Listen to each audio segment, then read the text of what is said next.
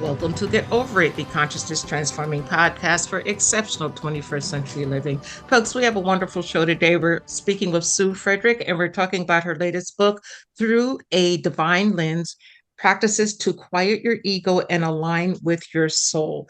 And folks, you're going to get a download of information today that is going to help you in your daily life. So sit back, listen, take some notes, and then when you're done, go out and buy the book because she has much more to offer than we're going to talk about on this show. Now, the information shared on Get Over It uses intuitive and pragmatic insight to help you shift your consciousness to break through the blocks and release energy that is no longer needed. Yes, we're going to help you let go of the BS that's been holding you back. But you guys know I always ask, are you truly ready to? And by the way, folks, BS is belief system. A bit about me for my new listeners: intuitive since birth. I'm a third generation intuitive with over 3 decades of experience supporting people to break through the blocks along their path. I'm a strategist for personal and professional transformation, revealing cutting edge information that enables you to prosper and thrive. I spent 25 successful years in corporate America as an executive sales professional, and I am the founder of Healing Visions Ministries and the Northern California Children's Education Network, a 501c3 nonprofit. I provide consultations and healings in all areas of life that heal the mind, body, spirit connection, allowing you to live your very best life. Now, my clients tell me that I keep it real while providing them with accurate information to assist them along their journey as a spirit living a human existence. But they also say, if you really don't want to know, don't ask Monique. My background includes a doctorate in metaphysics, Reiki master teacher, ordained minister, and clinical hypnotherapist. So whether you are stressed, depressed, or possessed, I can help. To find out more about me and the services I offer, go to my website, and that's MoniqueChapman.com. And I invite you to like me on Facebook and follow me on LinkedIn. Don't look for me on X, Twitter, whatever that thing was, because I'm no longer there. And do check out my website. And again, that's MoniqueChapman.com. My guest today, Sue Frederick. She is a Wonder Woman. She's an intuitive coach. She's a Unity ordained minister. She is a best-selling author of 6 books.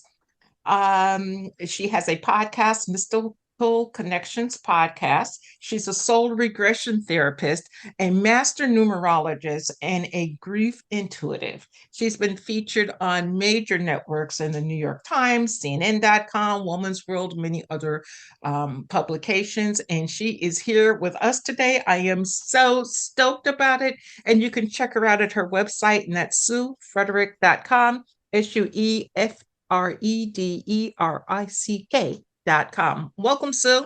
Oh, it's such a joy to be with you today, Monique. Oh, I am so glad that you're here. So glad. I absolutely love the book, especially the title, Through a Divine Lens, because it's not your lens, my lens. It's truly from the divine. And when I was reading the book, it seemed as if you were, in a sense, channeling parts of the book in conjunction with utilizing real world experience. Talk to us about that. Oh, yeah, that book came through completely from spirit. It was the first book I've written many books, but that was the first one where I didn't have a plan or an outline, but I had a vision a few days before I started it. It was actually, I got really sick. I had a high fever. This was back in 2013 or 2014.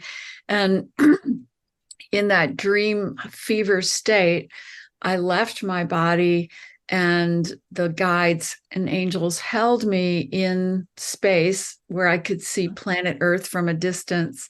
And they showed me all these beams of light shooting up from Earth. And I said, "What is that light? What are those beams of light?" And they said, every time a soul on Earth wakes up to their higher self, their higher consciousness, their soul view of life, their divine view, that sparks a light that shoots out into the universe, and it sparks other lights to wake up. And they showed me how the whole darkness of the globe was always being illuminated and spark by spark, soul by soul. And they kept whispering, you have to remember that the light is always winning, the love is always winning, no matter how bad things can look on Earth. And that was back before things looked as bad as they do today.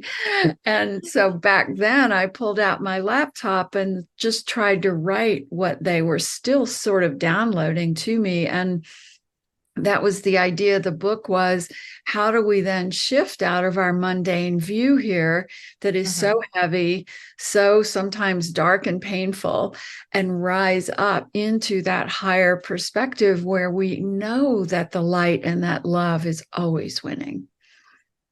Yes, and so, these days sometimes it's particularly hard, especially when you're living your everyday life, interacting with everyday people, and then you find out that someone's interest, and I'm going to put it political, and I don't want to really talk politics, but they're Right. so different from yours that you wouldn't even think that they would be interested in a certain energy. And for me, that made me rethink what was my attraction to that person and why. But then I felt bad in a sense because I kind of cut off talking to that person. So talk to us through that, because I mean, Yes, even within families, I people know. are, divided, but do you want to keep the relationship and work within your confines of it, or do you kind of just like let it dissipate? That is the consciousness challenge that we are all collectively in at this moment. And, I grew up in New Orleans and in the Deep South, and I now I lived in Colorado I left home at 17 and I lived in Colorado for many years, and now I live in Arizona. But I can tell you, I am still the black sheep of my very Southern traditional Catholic family. And to me, that's really good because I got free of all of their limited beliefs and ideas. But what I'll say is that when these last couple of years unfolded and we all started rethinking our friendships, our relationships, that I took a polarized stance at first. And I kind of went back to who I was in the 60s, marching against the Vietnam War and all the things that we did back then to sort of try to help change humanity. But this time, what we're learning is that's not going to work. That's not the way, that that what humanity is being called to do in this moment is to find a way to have love and compassion for everyone, no matter how much we disagree and no matter how much we think they're wrong or dangerous or harmful. We have to find a way to see them soul to soul through the divine lens and love on them as a soul on a journey doing the best they can. It's the hardest thing humanity has ever been asked to do. Well, humanity has given us a prime example to work with. So I'm going to just put it out there.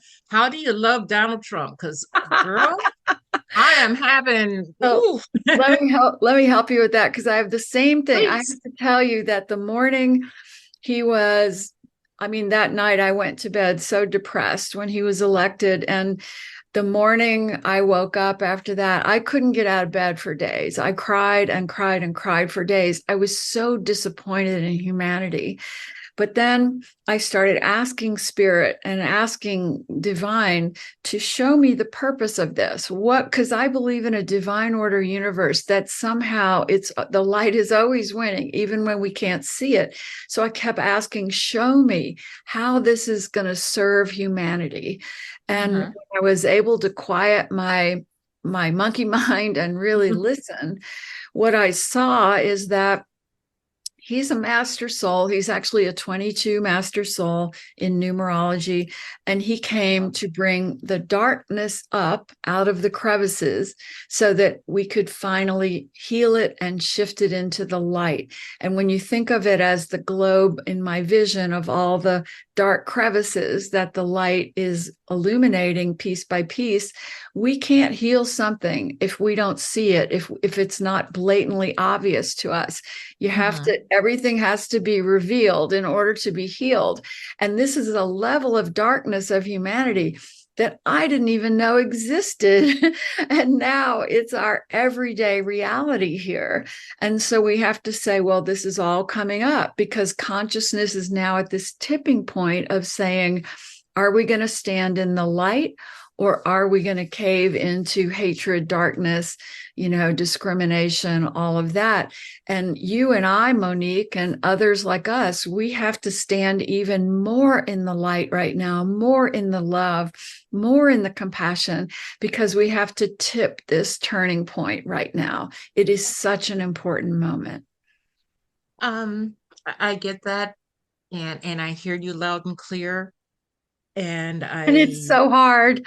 Yes, I have the same feelings that you have of understanding and why the energy came to the surface. But what I have a difficult time, and it's outside of me, so I have no control about that, is why half of the people in this country truly enjoy that energy. Yeah. I mean, you talk about, like you talk in your book about religion, which we can get into if you want. But, if they follow their religious programming, because I think it's programming, nothing makes sense. So Totally agree. Yeah. So here's how I look at it. And this point of view has really helped me because I have to tell you, when we left Colorado, we moved to Arizona because my husband got sick. And the only place where there was any hope for his healing was here in Arizona at Mayo Clinic. So we arrive here and we're both like old hippie children, me and my husband, right? And we've suddenly realized that the neighborhood hates us because, we have a Buddha in our front yard and we had a Biden sign in our yard at one point. And so I've had to learn a whole different way of understanding it. And so what I say now, and I do believe it's true, is that all of those souls believing in, Trump's message and all that, they have been brainwashed by fear-based, whether it's dark web or Fox News, where they listen to it all day long. And they've literally been brainwashed. It's a cult. It is a dark, I would say even evil cult. And they can't hear us. They don't even know the other side because they never even listen to reality news of what's really happening. And so, for example, if my cousin starts talking about how, he's the best president ever, I know for a fact, all he ever does is listen to Fox News all day and go into the dark web. So he's been programmed and he's lost. And the only way I can look at it is, how would you get a family member out of a cult? It is really hard. So maybe you just have to love on them and hope that they come to their own awakening. Okay. I mean, I can accept that full-heartedly. It's just, to me, amazing that people can have so much hate in their hearts. Isn't it so depressing about humanity? And that's why I have to totally adhere to my work, my spiritual practice, and surround myself with people who stand in the light, like you, Monique, And here in Arizona, I found the best people, and they're part of a nonprofit called helpingparentsheal.org. And I've always worked with grieving moms and grieving people. And so my clients, when I moved here, they said, "Oh my gosh, you're a mile away from the woman who founded helpingparentsheal.org." And they arranged a meeting for us. And these women have all lost children. And they decided that their children gave them so many signs that they believe their children still live, and they have a different kind of relationship with their child in spirit now. And they came from all different backgrounds, all different religions and political persuasions. And they run this organization of 27,000 international parents worldwide. And every day there are Zoom meetings. And these women are my best friends now, Monique. And so we get to coffee, and all we talk about is spirit this and spirit that. And our departed loved one said this or that. And when you have people in your life like that, then you can stand as a loving soul at this really difficult time. And then plus I have my everyday clients, and the great blessing of that is that I get to lift them into that higher view. And so I get to do it myself. It's like a daily workout, you know? Yeah, and it makes that muscle even stronger. So based on everything that you're saying, are we in the middle of a spiritual crisis right now? For the world, yes. Yeah. And I would say it's a spiritual crisis about if we believe that we have our own connection to spirit, to God, or if we've been dogmatized to believe the preacher at the fundamentalist church preaching the devil and hell and all the crazy stuff they preach, which isn't true. And the reason I became a Unity minister was to take a stand in the light, because Unity believes that God is simply a loving force that created this universe, a loving consciousness that runs through every molecule, every cell of human life and of this world. And so we each have that force in us, and it's brighter than anything dark. And so when we stand in the knowingness that we are part of God consciousness and God is love, then nothing can hurt us. And we are the beacons of help and light for others. And that's why I became a Unity minister. I love to argue. If anybody wants to ever argue with me about the Bible, I've now studied the original Aramaic, scripture. And so I can say, no, Jesus never really said that. I can really stand in the light of it, because Jesus was an enlightened being who walked the earth to show us. He said, I give you a new commandment. It's more important than any of the others. It's to love one another. That was his message. And it has gotten so rewritten and translated by men, basically, throughout time. Yeah, I'm not even Bible based, because I truly believe that was someone's story and not necessarily his story, history. So I kind of leave that alone, but I'm going to take you up on reading that version that you talked about so I can have a further understanding. So while we're talking about the Bible, let's talk about organized religion, the church. You mentioned a fundamentalist, and yes, I have many family members that are fundamentalists, and I go to church. If I go to church with them, and it hasn't been for 30 years now, but it's entertainment value, because I'm like, look at that, and wow, I didn't know she could jump from there to there, and whatever, because it just doesn't resonate with me. Not that it's not true for them, okay, but it just doesn't resonate with me. At one point in time when I was little, I remember the nuns coming to our house, and they wanted my father to enroll us in Catholic school. And my father was like, hell to the no. And I didn't have any thoughts one way or the other, but as I grew older and started reading about and understanding this religion, I'm like, it's hell. I mean, you're putting people in hell instead of saving themselves from it. So could you talk to us why organized religion, especially the Catholic Church, Yeah. is. Well, guess what, Monique? I grew up Catholic and I went to Convent of Mercy school taught by nuns for 18 years. So I can really address that. Yes. So back when Jesus walked the earth and when Buddha walked the earth and all the previous enlightened beings who came to help shift consciousness, they were teaching love. They were teaching compassion. They were the humans standing up in the crowd saying, hey, you guys are all trying to hurt each other, and that's not why you came to Earth. You came to Earth to learn love and remember that you're a divine being. That was basically Jesus's message. So then Jesus crosses over, and in the spirit perspective, we know that as his soul, his spirit came back to help his apostles and everyone left behind, that later got translated into the dogma that it is now, that says, only through Jesus Christ will you be saved and go to heaven. Jesus never said that. And decades after Jesus was gone, the Apostle Paul, who was not an apostle of Jesus's, he never knew Jesus, he has this own awakening one day. And he decides that Jesus is speaking to him and that he has to preach a message that only through Jesus can you be saved and go to heaven. Jesus never said that. So the Apostle Paul becomes the voice of Christianity that launched a million wars to conquer the heathens, to change everyone's mind for Jesus, right? Jesus is like divine realms going, oh my God, they have totally messed up what I was teaching. And so then the Bible is originally just written, about the things Jesus really did say. And then Paul goes in and writes all of his craziness.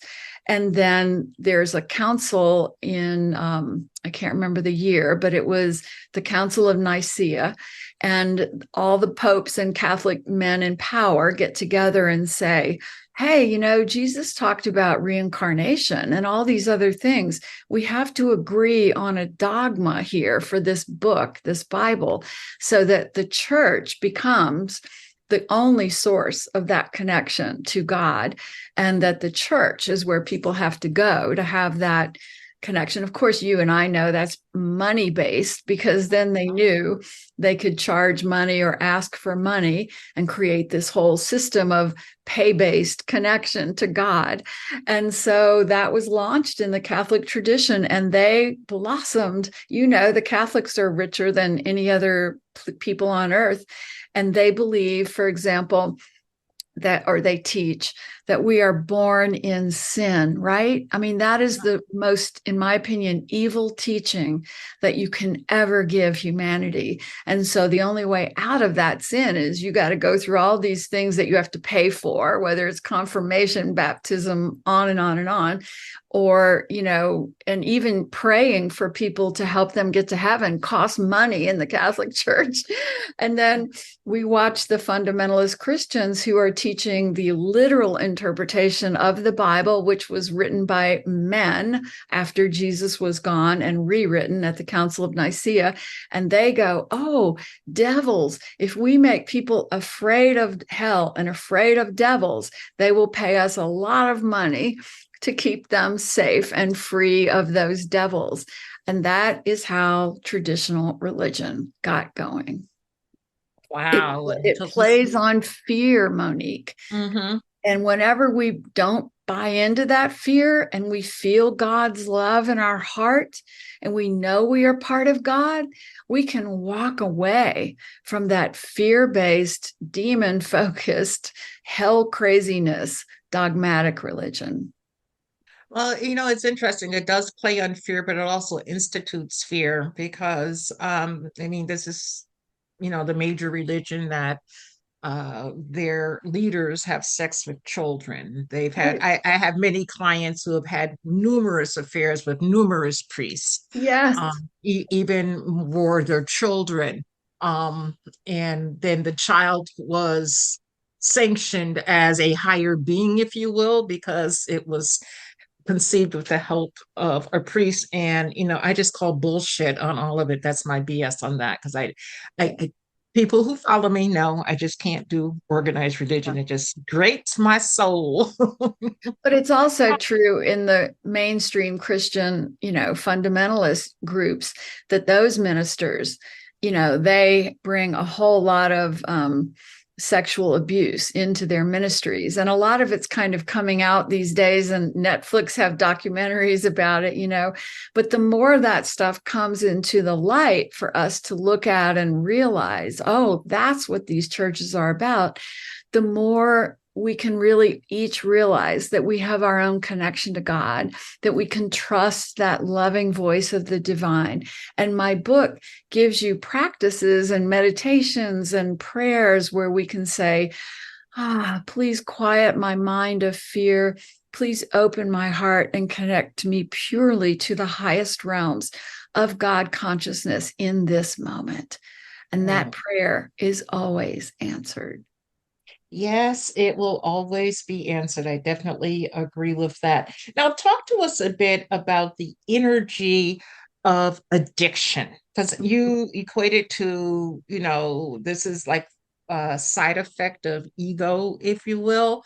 But there's so many people addicted to so many things. I'm not just talking about drug addiction that is very prevalent right now, but addiction to anything. Yeah. How do we first recognize the addiction and recognize what our purpose was with it, and then perhaps drop it and move forward? Yeah. Well, to me, and I write about this in the book, addiction is a spiritual seeking. And that takes all judgment away, because what the truth is that we each drop into our lifetime very connected to the divine realms, very connected to God. Children are open-hearted, loving, beautiful spirits who remember their divinity, who remember that they came from a place of love. They're even homesick for it without having a name for it. But then they get dogmatized right away by church, by school, by parents, and they get sort of talked out of what they know is true. And so then they reach a place where they're hating this world, and they look around, and the more evolved the soul is, the more they'll look around at this world and go, these people are crazy. There is nothing here that I agree with or am drawn to or believe in. And so somebody hands them either a glass of alcohol or a drug of some kind, and for a brief moment, they lift out of the body and have that blissful connection with the unconditional love of God consciousness, and then crash back into the body, because we know it's not sustainable. And in the long run, it'll destroy everything about you, because our bodies aren't designed for that. We had to wear these body costumes down here. And so when you look at it as initially a desire to connect to home, to our divinity, to our bliss, to our unconditional love of the divine realms, then you can understand how people get addicted, because this life can be so empty feeling and so heartbreaking. And then if somebody gives you a little drug and suddenly you're in the divine place for a while, you are probably going to keep doing that. Yeah, I'm So going to go back. Yeah. So the remedy is, it's a whole spiritual re-education.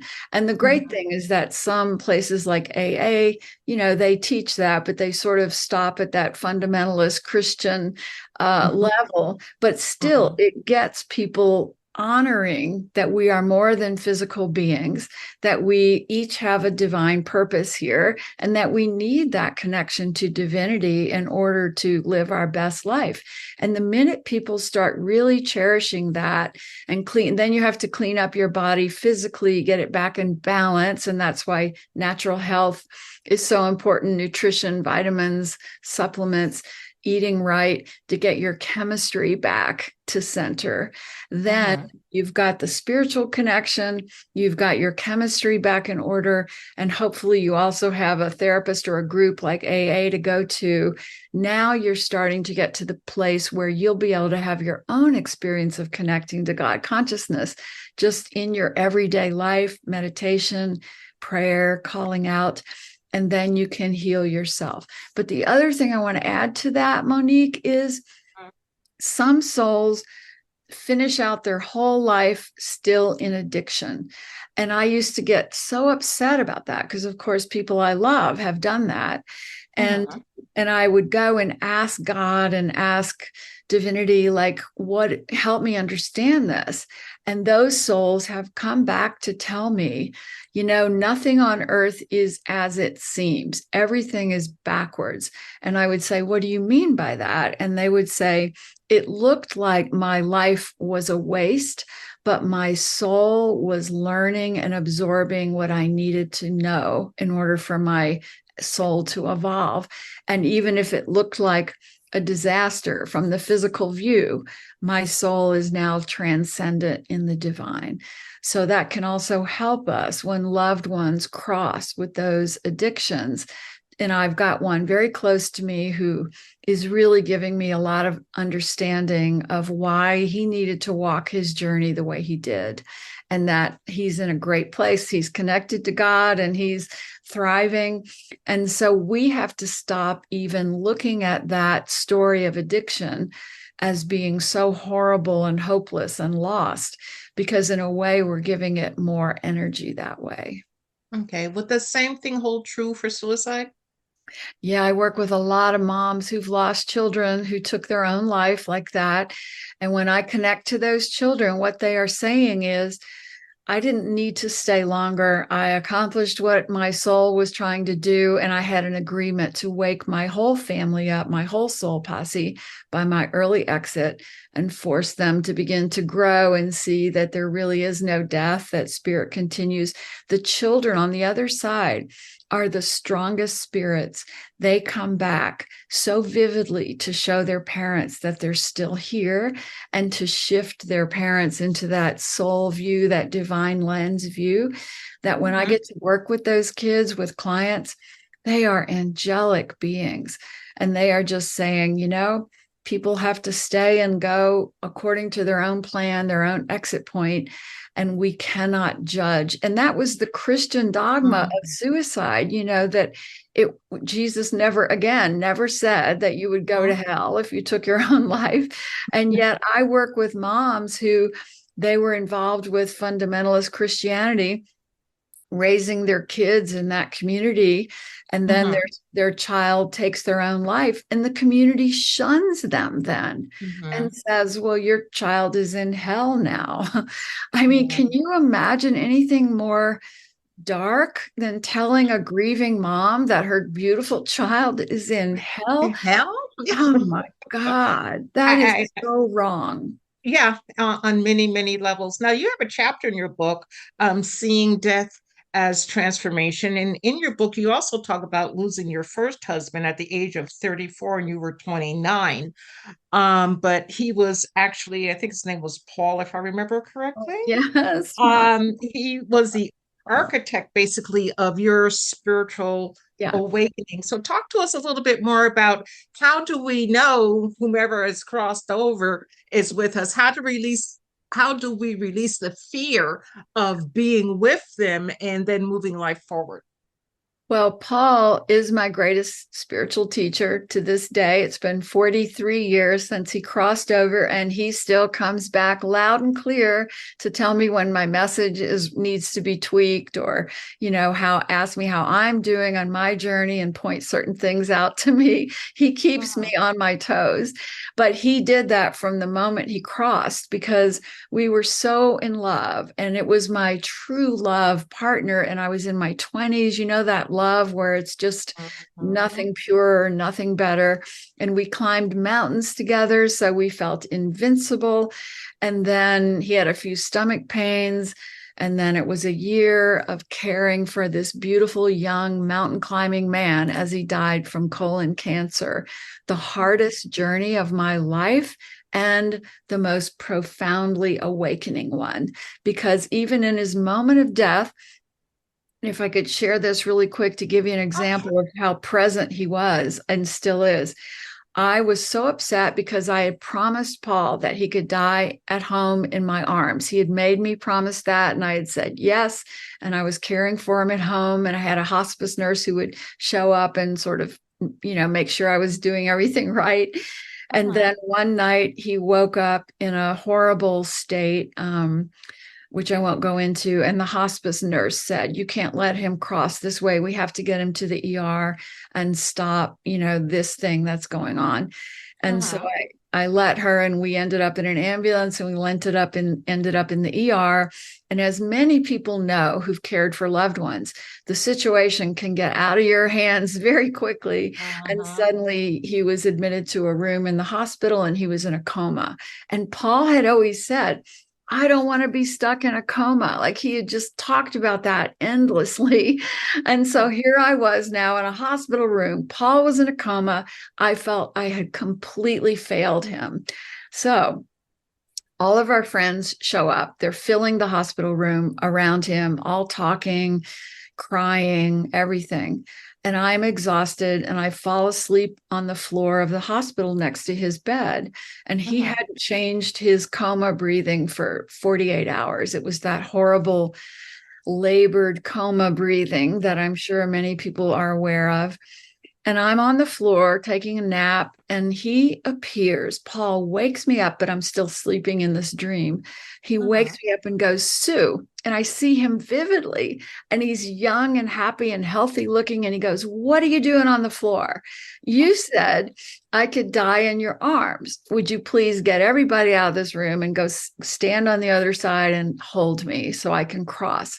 And I woke up going, Paul just told me he's ready to go. And I got everyone out except his mom.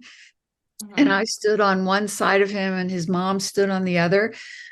And we said, "We love you so much, Paul, and we release you to the highest realms. We will be okay. You are free to go." And at those words, his soul took a beautiful breath, a peaceful breath. First time in days that coma breathing stopped.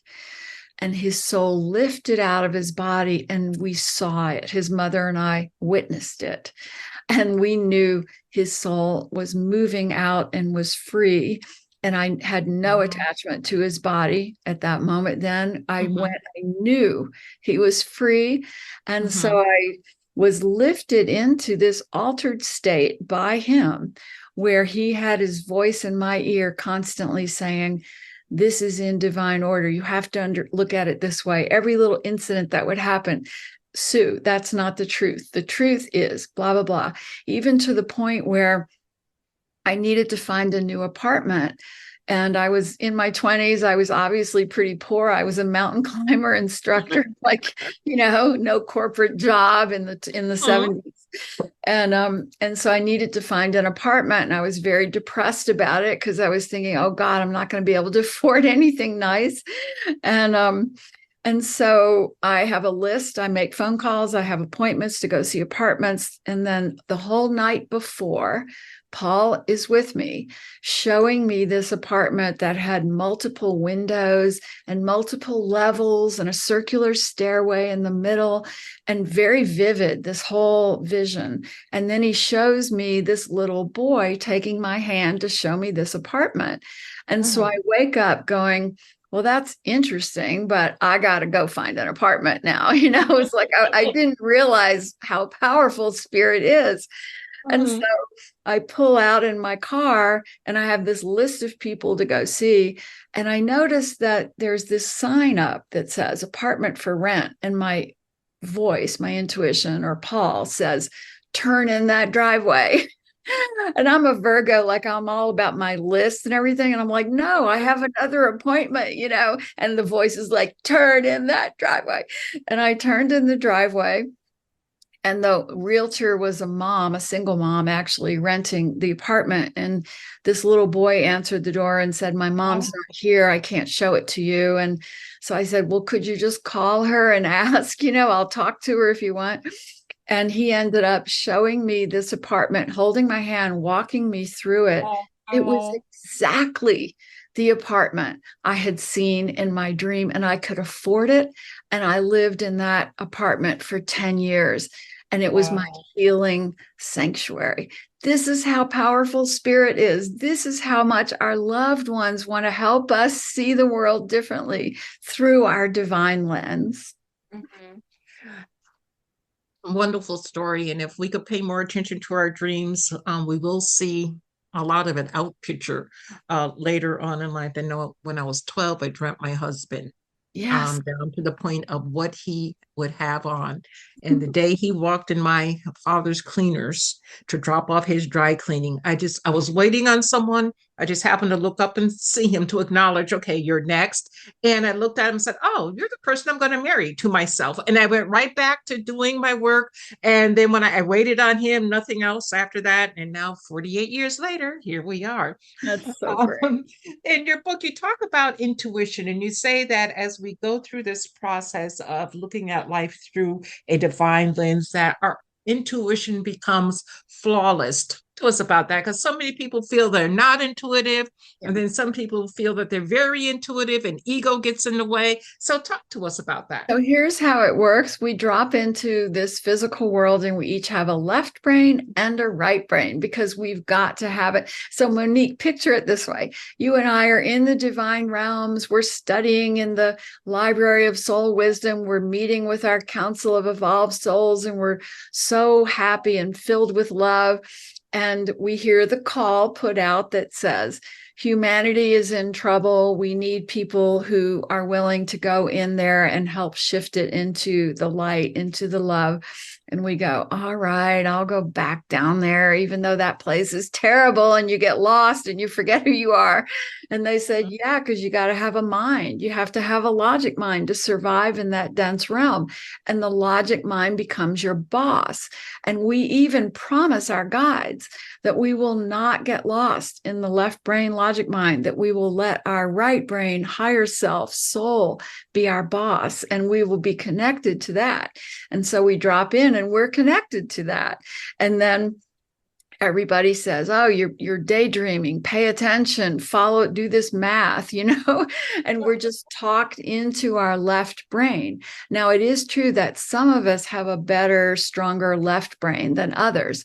I was kind of blessed in that my logic mind was not strong. My right brain, intuitive self, was way strong. And so as much as the world tried to talk me into my logic left brain, I just couldn't do it. And so I was raised by nuns, which was good because every test was writing. And I can write because I write from spirit most of the time. But I could never do a multiple choice test because that's all the logic mind, right? Yeah. And yet other people are better able to master that left brain, and it makes them feel very successful in the world. And so they really adhere to what the logic mind is telling them. And then here we are in our culture right now, where that logic mind, represented, I think, by much of what's dark in the world right now, corporate greed, etc., is all that we give honor to, that we homage to. And the right brain, higher consciousness, is called woo-woo and ridiculous and libtard by the world, right? So when we say, I am going to trust that inner knowingness. When I get that nudge that says, turn into this driveway, even though it's illogical and you have other things you're supposed to be doing, and we start following that nudge and turn into that driveway and find the apartment that was in our dreams, now we're building the muscle of believing in that intuitive voice and following it. And the more we do that, the more our intuition just gets stronger and stronger. Yeah, if we just listen to it. Yeah. Right. Folks, listening and then taking some action upon it. Yes. When we go to your website, SueFrederick.com, what are we going to find there? Well, I have some classes coming up on Zoom that I would love to have people join me for, and some retreats that I'm speaking at, and various things like that. I've always got something happening. Plus, I see clients every day, and you can sign up. I have 3 different kinds of sessions. One is based on helping you understand your purpose through numerology and intuition and your soul agreements. And then the 90-minute one is we do all that. Plus, then I take you into the divine realms in a guided process where you get to have your own conversation with your guides. And then the third one is a 2-hour entire journey of me taking you into the divine. We drop into a significant past lifetime that has meaning for you today, and I guide you through it. And then we go back into the divine realms and talk to your counsel, your guides. It's so incredible because no matter how cynical a person may be, they have an experience of something otherworldly, and they either see and feel and hear their guides, or they just get a knowingness of what their guides are telling them. And I have it recorded because they speak out loud and answer what I'm asking them. And then we come back into the body and I go, how was that for you? And they say, I was really there. And then it's on the recording. And then they can go back and listen to it. And it helps them remember that they are a divine being and the divine realms are more real than this real realm. Absolutely, positively. Love it. Absolutely love it. Now you have classes that are coming right up. So folks, please do go and take a look. Okay. Because I'm quite sure that she has something that will be of interest to you. And she's truly somebody who walks her talk. And we were talking about this a little bit earlier before we started the recording. We're both in our 70s, and we both look in our 40s. And well, when we have a minute to do our hair, right? Yeah. Okay. So she's telling on me, folks. I'm doing this recording with no hair and no makeup. You should see this hair when I've just washed it and haven't worked on it. It's a mess. But the thing we were saying is we have the glow of living with an open heart and connecting to spirit. And that's what we all get when we are open-hearted and living connected to spirit. Exactly. So folks, so that might be something that you want to consider instead of having the facelift or the tummy tuck or whatever, walk your talk. I don't know if I could afford that facelift. I tell you, Monique, I'd be very tempted by that. I'm gonna own it all. It is what it is, except for when I don't have my face on. Can't see that.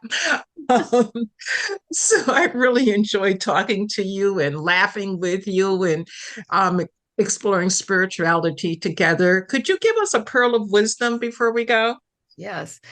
I want everybody to know here that they are a beautiful soul on a divine mission, that they each came in with unique gifts they intended to share with the world through their work, and with a loving consciousness always guiding them and giving them nudges, and that each person here is part of God.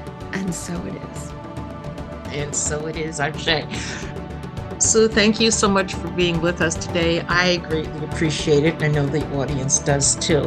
And I want everyone to remember that the most important choice that you can make is what you choose to make important.